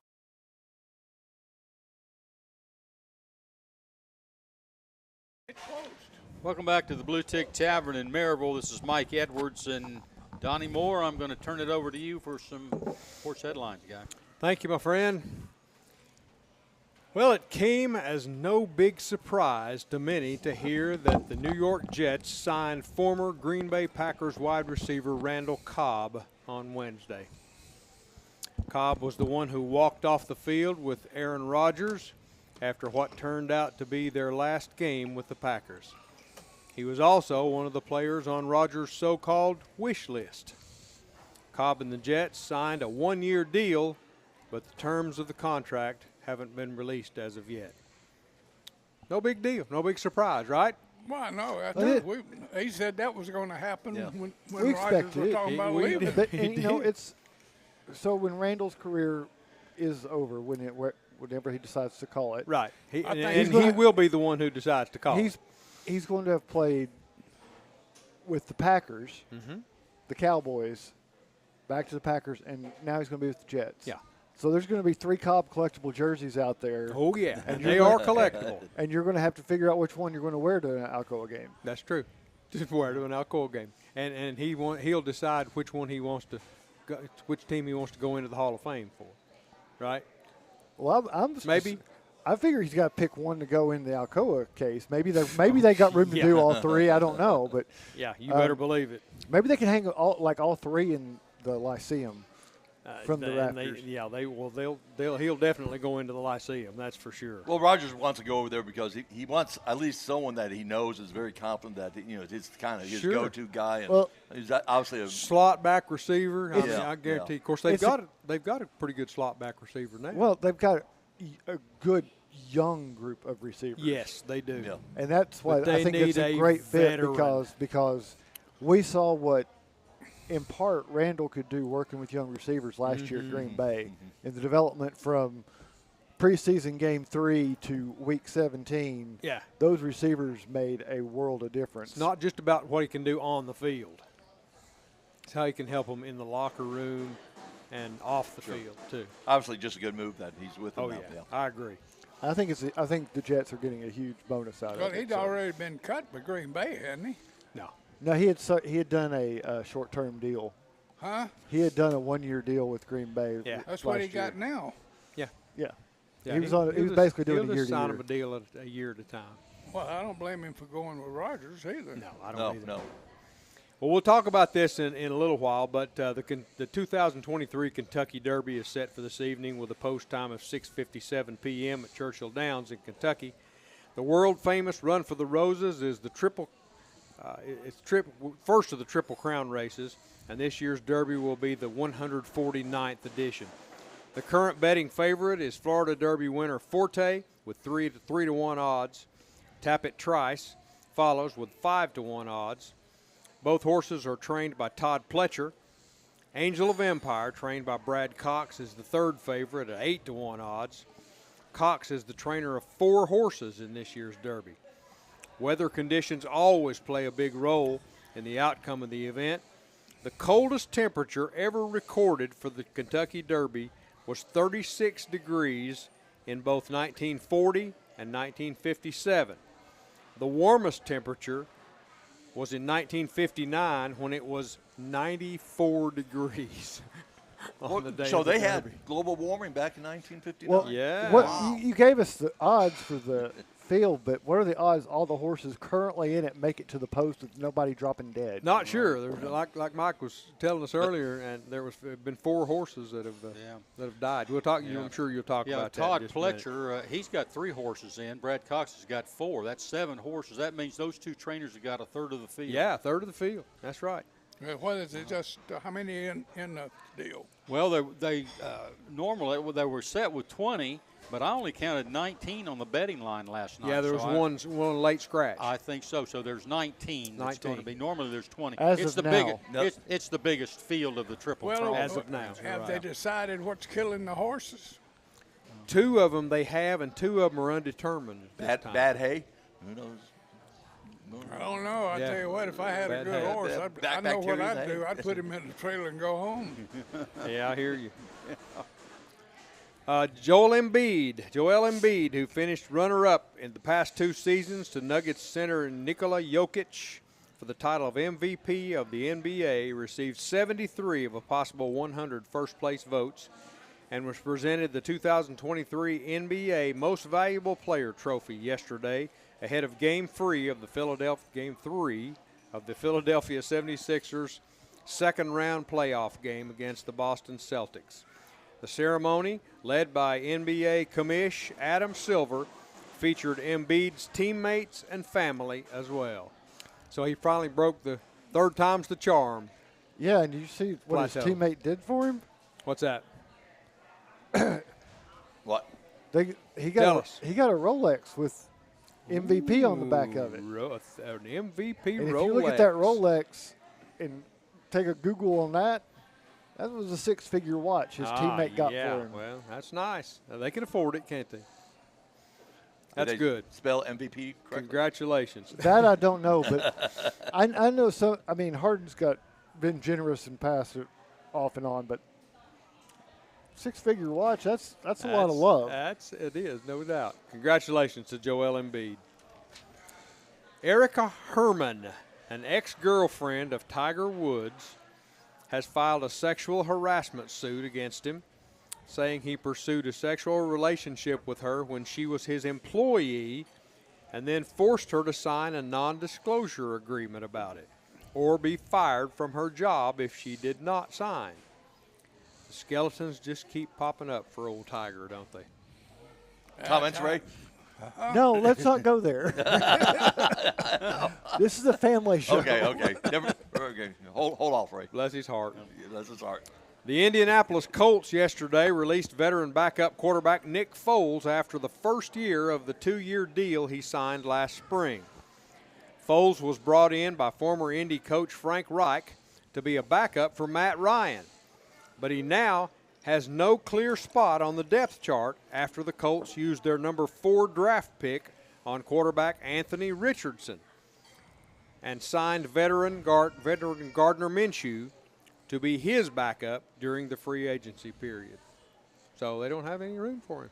Yeah, maybe he'll go to Carolina now. He's been to 50 different teams. He has. Yeah. And stayed in any of them. Well, Wright's now the head coach down in the Panthers, so maybe he'll go down Maybe there. he'll go to the Panthers. Well, I don't. Be a backup. He ain't worth a dime. I don't know why you want him. Yeah, he won at the Eagles didn't he win a championship? Didn't he win the Super Bowl? Wasn't he? Yeah, he won championship for the Eagles, I think, as a backup. Yeah. Well, he's a backup. That's what he is. That's right. That's what he is. Who you working about as a backup? You better get a number 1. Got to have a good backup. Yeah. You're one play away from. Well, that's true in every position. You're right. Here's a pretty good article I'm going to end with. 2 University of Southern California students have been charged with stealing NFL jerseys that were designed for first-round draft picks at the NFL draft last week in Kansas City. Ooh. Officials said that 3 NFL jerseys valued at $350 each were taken from the Nike room of the NFL draft. Eric Lampkins and Jude Oconius were identified as credentialed student reporters covering the draft and were discovered at the Kansas City airport attempting to leave for California with the jerseys in their luggage. I bet you they don't get any more press passes in the future. They're going discovered and arrested. How do you discover jerseys in your somebody's luggage? Well, they searched them. They were found. They were seen on camera with taking the jerseys, and then they found them at the airport trying to. So they chased them to the airport. Yeah, chased them to the airport. Hot pursuit. Oh yes. Okay. For 2 $350 jerseys. 3 $350 jerseys. They were the ones that were meant to be given to the first round draft picks. Oh, okay, gotcha. So they didn't have them to give to the. They said we need these jerseys back, dudes. In the cases where they're not attending, if they draft somebody that doesn't attend, right? I'm Okay, sure I you're got right. Then those jerseys go back into the box. And the jerseys what were $150 each? $350 each. Well, $300. That ain't no money to them people up there. I figured the jersey that'd be at It's least not. $5,000. It's something. not, but they don't want these kids taking them back to California with them. They'd get the big No, money because for it's 'em. California on Monday, eBay on Tuesday. Yeah, that's what right. it is. And they'd be selling for $1,000, $2,000 a piece. Then. Yeah. And they don't want that happening. Gotcha. But how stupid is that to sell the jersey? Well, sure. God dang. So they caught them at the airport before they could get back to California, Kansas City airport. I'd say their careers in sports journalism is probably it's taking a turn for the done. worse. It's not going to get off since they were at the They airport, won't qualify to come here. it's not going to get off the ground, is it? No. No, it may get off the ground, but it may not go where you want.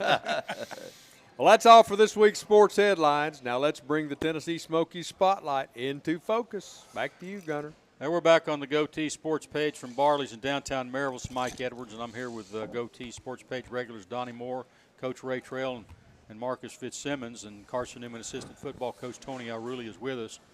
It is the first Saturday in May, and the stage is set for the 149th running of the Kentucky Derby. The Churchill Downs Spectacle is the oldest continuously held sporting event in American history. The race is traditionally known as the Run for the Roses. And, Tony, I'll start with you first because we got on you pretty hard over there, and you didn't even have your microphone. You know, Ray likes taking shots at me. He really does. I'll tell you what. First of all, Carson Newman, we signed 2 cheerleaders from Blount County. Yeah. Three. Well, I knew you'd be on top of that. We got a good friend of John Webb, and his daughter is also a cheerleader at Carson Newman, and we got a lot of tradition of cheerleaders coming from Blount County. Yep. And it's a shame you don't have nothing to cheer about up there. Well, yeah. Oh, man. That's rough, Man, Ray. a lot. You were all about the new quarterback when he was in here visiting with us and talking about what potential he had. Yeah, I mean, we got friends like Lynette's her mother as well, and Emma Webb is a very good cheerleader for us, and so we want to pump up Blount County cheerleaders here, and I know they're good cheerleaders, but they ain't got anything to cheer about if y'all don't start winning some games. Well, they may have basketball cheerleading duties. They may have Yeah, basketball cheerleading duties. So. Oh, okay. No, he didn't specify that. But for football you to cheerleaders. take shots at me, I'm like over there eating a donut and a drink, and you taking shots at me. That's why the football team is no good. You're over here eating donuts. We won 6 games. You won 6. All right. Hey, would you slap them for me? Just do that. Let's talk some horses.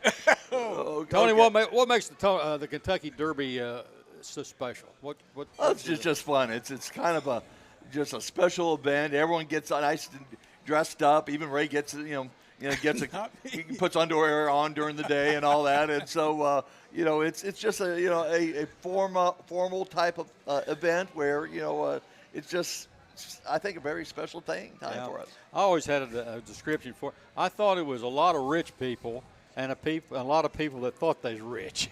There at the Kentucky Derby. I went to the Kentucky Derby one time, and I'll tell you what, that is a show itself. And the people, you realize that race don't last 2 minutes. Only 2 minutes. How long? Couple minutes. Couple of minutes. A little over a couple minutes. And those women running around with them hats that come out here about here, you have to duck them. They're going around. Yeah.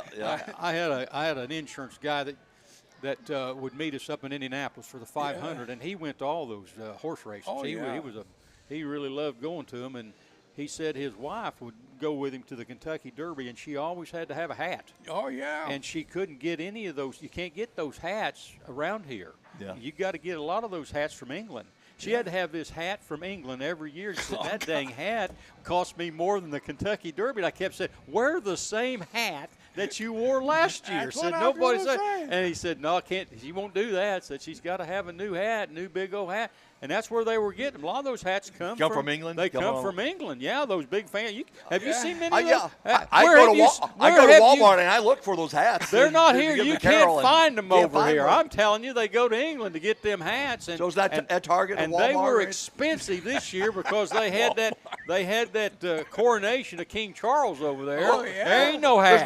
There's no hats. No hats this year. Yeah. You had to pay top dollar Except for for the hat Ray wears. Yeah. So, Yeah.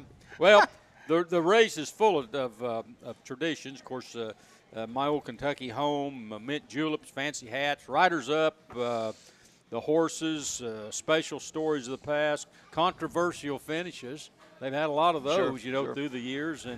and of course the pageantry and the color of the event. I always get a big kick out of it because NBC always comes on about 12 noon. Well, they don't even run the Derby till about 7 o'clock now. Used to be run at 5, but between 5 and 6, and now they've got it all the way back to almost 7 o'clock before they run. And most people don't realize that it's not just one race. There's probably 20 races, horse races that kind of precedes the main Kentucky Derby one. Yeah. And so it's a whole day event. Yeah. 1969, I flew down here for my visit to UT, and it was the Kentucky Derby weekend. Whoa. So I always had to change planes in Louisville. Yeah. So I flew from here back to Louisville on Sunday.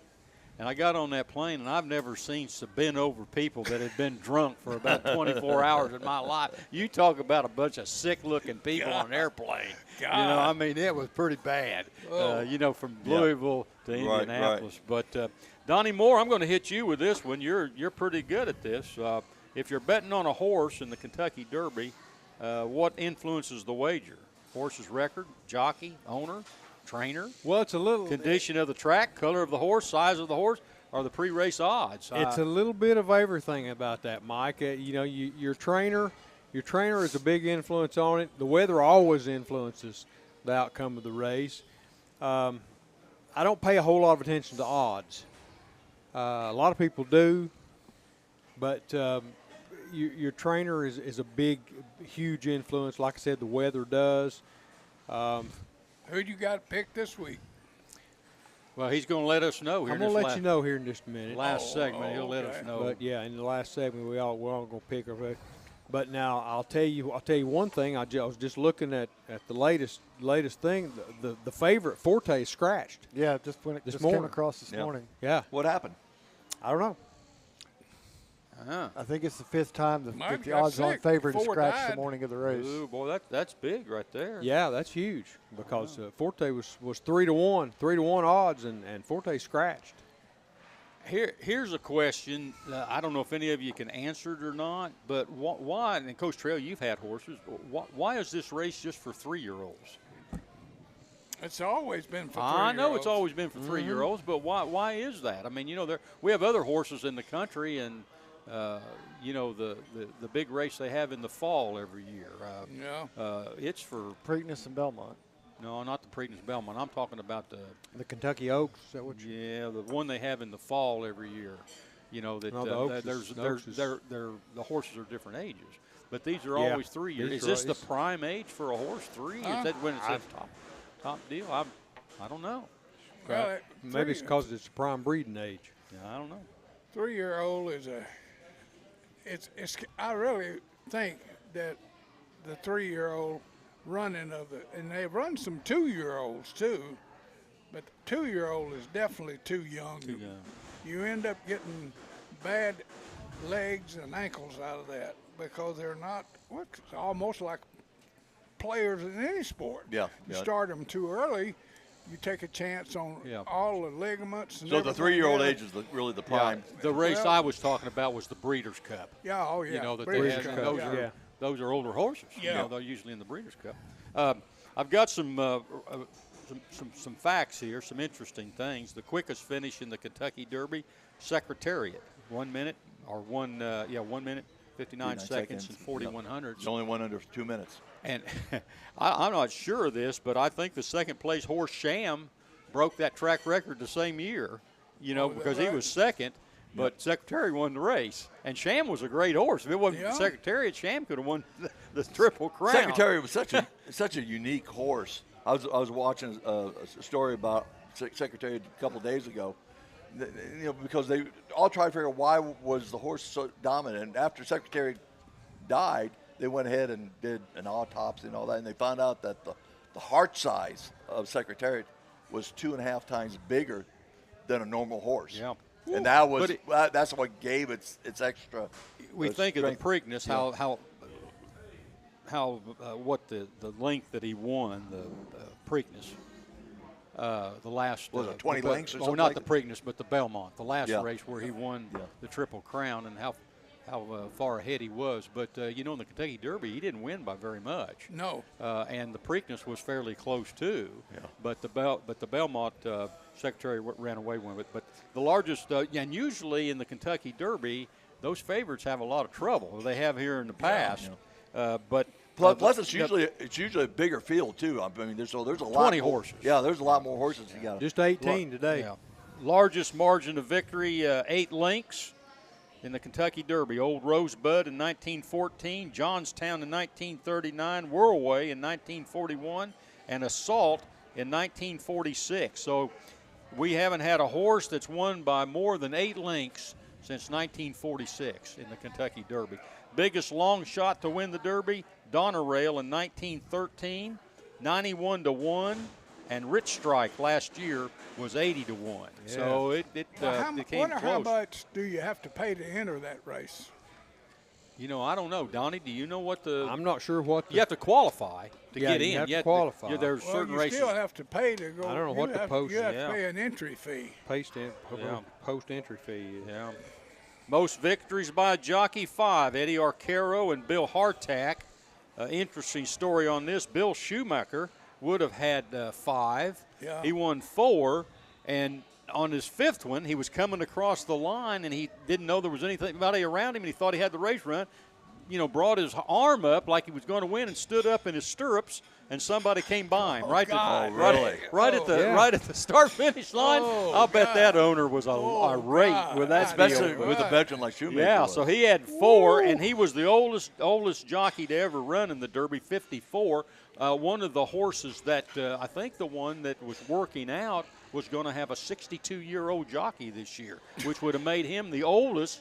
And that horse was from New Mexico, probably a low-budget deal. Sounds like Mind That Bird, back in the day, with On the Rail Burrell, when he, when it was a long shot and won the race. But Schumacher was 86 years old. Post position 5 has produced 10 winners. Post position 5, there's been 6 women jockeys in the Derby. Best finish was 5th by a woman. Calumet Farms leads all owners with 10 wins in the Derby. And, of course, that's a Kentucky. That's a Kentucky farm up there. And then they had last year's winner in Rich Strike. That's not very many wins considering you're right there at the gate. Yeah, right there in Kentucky. Trainers, Ben Jones, 1938 to 1952. He had 6 wins. And Bob Baffert had 6 wins. Would have had 7th, Donnie, last year, but he was the horse, or the year before. Yeah, the horse was disqualified. And he's still disqualified for this year too. So he couldn't put a horse in this year. Most money wagered last year, $179 million. Wow! Last year, most money that's put in there. The oldest living Kentucky Derby horse, 29-year-old Silver Charm. Won the 1997 Kentucky Derby. 29 years old, Coach Trails. Is that pretty old for a horse? Okay, yeah. I don't know. That's pretty old. That's an old horse. And it won the Kentucky Derby and the Preakness, but lost in the Belmont. This is interesting. Most of them are breeding stallions. In the first 28 Kentucky Derbies, 15 in the first 28 Kentucky Derbies, 15 of those Derbies were won by African-American jockeys. African-American jockeys in the first, way back in the 1800s. Cool. The horses with the letter starting with S have won the Derby 19 times. The only first letters that have not won are Q and X. So if you've had a horse with a Q and an X, you're going to win. You in trouble. The Blanket of Roses, 40 pounds that they place on the horses. Pretty heavy. 3 fillies have won the Derby. The Derby has not always had a starter's gate. It first came into play in 1930, and no winner has come from gate 17. No winner has come from gate 17. Yeah. All right, Donnie, we out of time here, huh? We need it. to Yeah. go. Well, we're going to talk about the Derby and the in the next segment too. So we'll just move on. Hey, it's time for a break, and when we return, the panel presents the Shelter Insurance Bowl Predictions segment. You're listening to the Goatee Sports page, and now stay tuned for the best in local sports. For over 50 years and 3 generations, the people of Blount County have trusted Stevenson Tire with their vehicles and their families. Our mission has always been simple: to provide quality products at reasonable prices with exceptional customer service. Featuring tire products from Michelin, BF Goodrich, Uniroyal, Bridgestone, Firestone, and Yokohama, Stevenson Tire also offers alignment and brake services at affordable prices. Stevenson Tire Company, 2411 East Broadway Avenue in Maryville. Call 983-1621 or online at StevensonTire.net. Your newspaper, that's right. The Daily Times is your newspaper, tailored to where you live, emphasizing the things that affect you and keeping track of the people and players in our community. The award-winning Daily Times can be delivered each morning right to your door or inbox with the latest in local news and sports. For a 30-day free trial offer, call 981-1100 and begin enjoying your life, your times, every day with the Daily Times. Duncan has what you need to conquer the day. So if you want to go from, I don't got this, to, I got this, well, then get this. A bold, smooth espresso drink from Duncan. Like a layered velvety caramel macchiato, a rich chocolatey mocha latte, or a creamy non-dairy oat milk latte. Because this day isn't going to conquer itself. No, you're going to do that. Take a sip of You Got This with Dunkin' Espresso drinks. Order ahead on the app plus earn rewards. America runs on Dunkin'. Price and participation may vary. The Roger L. Newman Company began in 1984 with a vision of providing Blount County with excellent heating and cooling service. Mr. Newman also wanted a real business. No gimmicks and no high-pressure sales. They just fix it or replace it. They want to stay within your budget and make you comfortable. Their motto still stands true today: call us first, we'll be there. Call Roger L. Newman Company at 982-5446 or visit online at rogerlnewman.com. Cooler temperatures are approaching. Upgrade your furnace now for as little as $50 a month.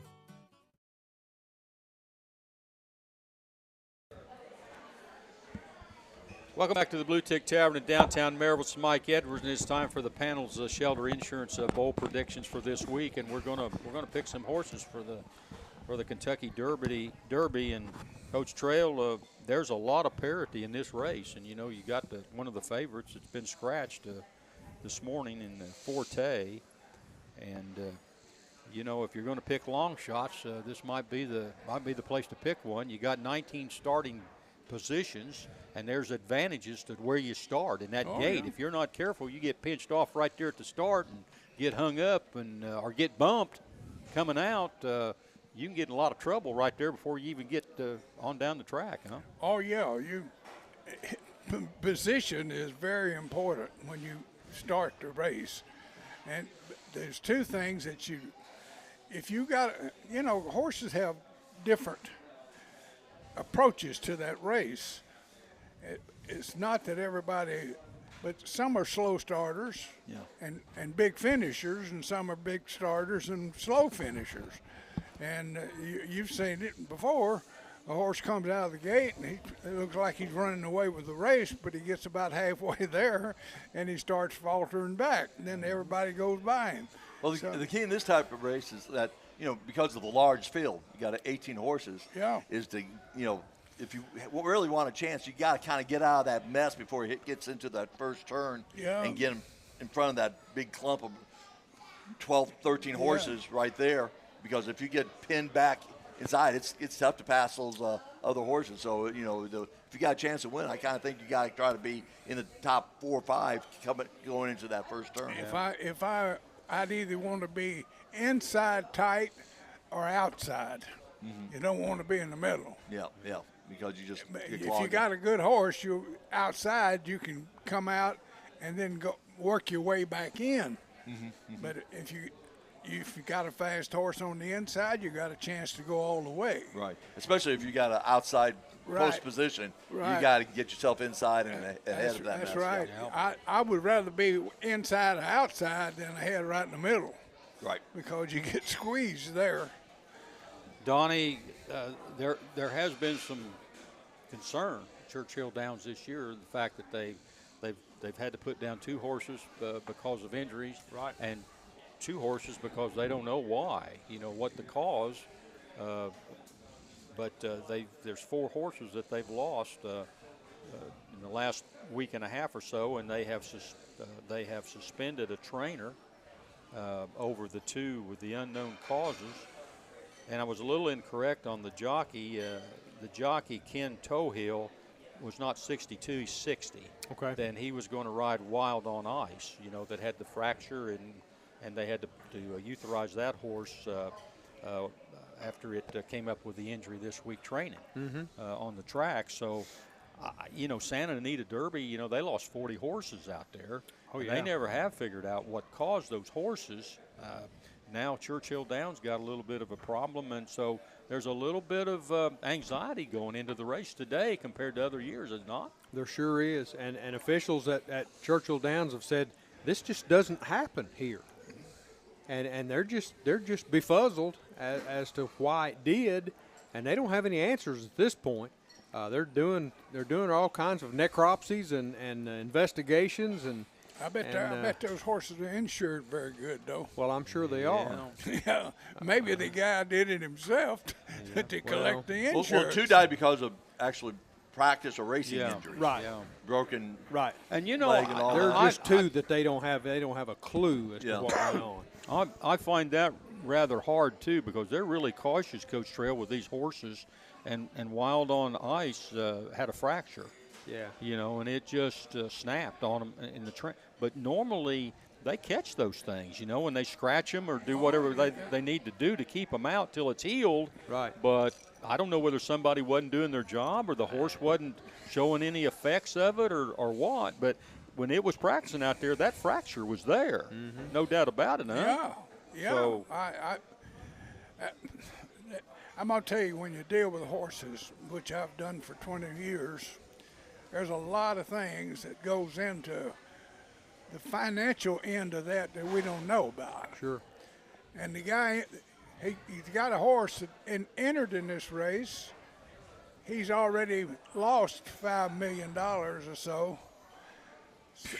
You may figure Tough out to make that up. You may figure out a way to get your money back off the insurance. Yeah. But all these people are not rich people that have these horses. No, they're not. I mean, they spend a fortune on it.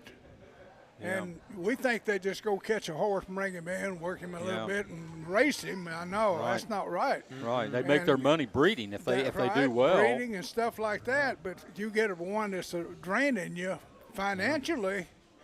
You never know what somebody will do to say they got him insured for $10 million. Right. You don't ever know what somebody do to collect that $10 million.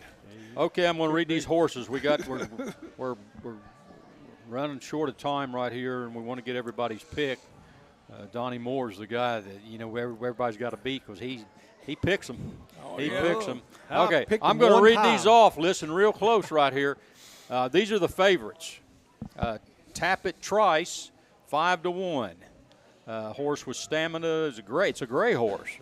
Gray horses tend to not do as well as the others, but this Ghost. one, And Angel of Empire is 8-1, and it won the Arkansas Derby, and supposedly it's got great closing speed.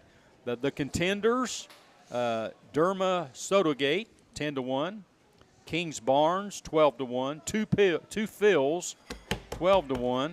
Verifying, 15-1. Mage, M-A-G-E,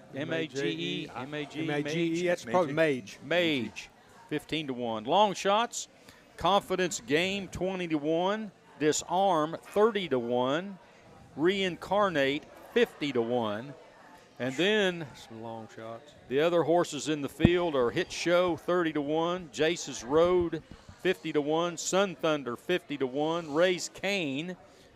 Coach Trail, you might like that one. Raise Cane. There's Raise Cane at 50-1. Rocket Can, 30-1. Cyclone Mischief, 65-1. Mandarin Hero, 62-1. And King Russell at 50-1. So, Donnie, you're the one that is very good at this. So, who you got? Well, in the wake of the scratch of Forte this morning, I thought about Tappet Trice at 5-1. He's a Pletcher-trained horse. But he's in. I looked at his post position. He's in the number 5 post. He's got lots of traffic to work through before he can get to the outside. So I just shook my head and I said, nope, it's not going to be Tappet Trice. Then I looked down at Angel of Empire at 8, going off at 8-1. He's a Brad Cox trained horse. Cox is a good trainer. And he's in the number 14 post position. He's well toward the outside. Like you said, he's got good closing speed. So I think I'm going to Angel of Empire is going to be my pick today. Angel of Empire. Coach Trail? 5. Who's number 5? That's Tappet Trice. He's going off at 5-1. He's a Todd Pletcher trained horse. You got Tappet Trice. He's the gray. All right. That's good. Marcus? I'm going to go with the long shot. I'm going with Ray's Cane. Ray's Cane. And that's not R-A-Y-S. That's R-A-I-S-E. Ray's Cane. Is it? Ray's Cane. I might change my mind there. I thought we were talking about Ray. What Ray limped in here on. Ray's Cane. R-A-Y''S, huh? Coach Iruli? Oh, the 2 Phils. The 2 Phils. 2 Phils. Got great strides, good closing talent. I've got, because this race has great parity, and it's always been wide open, but it's going to really be wide open this year. Yeah. I've looked at the jockey. And now Donnie says you got to look at the trainer and everything else. I think he leans a lot on the trainers, by what he said. But I'm going with John Velazquez, the jockey. He's had jockey 7. has a lot to do with it. Listen, he's had 7 Derby starts. He's got 2 wins. He's a pro. And he's got 3 places, and he's got 2 shows in 7 starts. Very good. Well, that's So good. I'm going to take Reincarnate at 50-1. 50-1. 50-1. I'm going to get my billfold out right here. go. Hey, your wallet's going to be fat if he wins. I'm going to put it all on that jockey. Put a 20 down on that. Yeah. Wallet's I going like to be him. fat. Yeah. So that's how we played it. We played out this morning, and of course we don't have Troy here to No, get heavens in. no. Thank God. Don't have Troy here to mess everything up, do we? Yeah. So anyway, I got the post time 6:57 today on NBC. The purse is $3 million. Most of any Triple Crown purses. Winner takes home $1.865 million. The jockey $186,000. Good deal. Second place pays $600,000. Third $300,000. Fourth place pays $150,000, and fifth place pays $90,000. So, well, Tony, really good to see you again this morning. It's been fun. It's always fun. It's always great, and it's great having fun. Even with Ray here, it's always a pleasure. Yeah, we'll look forward to the Kentucky Derby today. What a great event it is, Donnie. Blow the whistle. Hey, that'll do it for today's edition of the Goatee Sports Page. Thanks to Aaron Ishmael at Loud Media, our host, the Blue Tick Tavern, all our sponsors. For Donnie Moore, Coach Ray Trail, Marcus Fitzsimmons, Troy Provo Heron, and Brian Johnston at Goatees. Until next Saturday, this is Mike Edwards, the Greenfield Gunner, wishing everyone good sports. And that's the final whistle. Join us again next Saturday for the Goatee Sports Page. The best in local sports since 1978.